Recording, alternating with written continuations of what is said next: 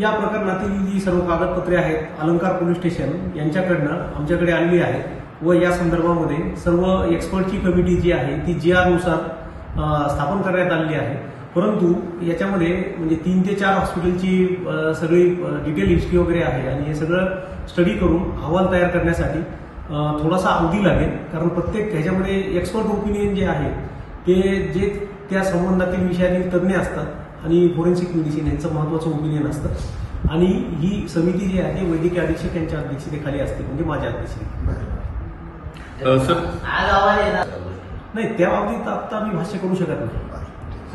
कालावधी किती लागेल सर साधारणतः? नाही, त्या बाबतीत कारण कसं डिपेंड्स की त्याच्यामध्ये काय म्हणजे वेगवेगळ्या गोष्टी घटनाक्रम काय आहे त्याच्यावरती ते डिपेंड करतं। सर, एक महत्वाचा विषय ते GR नुसार जे आहे ते कामकाज करेल ते सांगते याच्यामध्ये निष्काळजीपणा आहे की नाही, आणि निष्काळजीपणा असेल तर त्याचं ते नमूद केलं। कशातलं निष्काळजीपणा? नाही, आता ट्रीटमेंटच्या बाबतीत निष्काळजीपणा असेल तर गुन्हा दाखल करण्याचे आदेश तुमच्याकडून दिले जातील ते?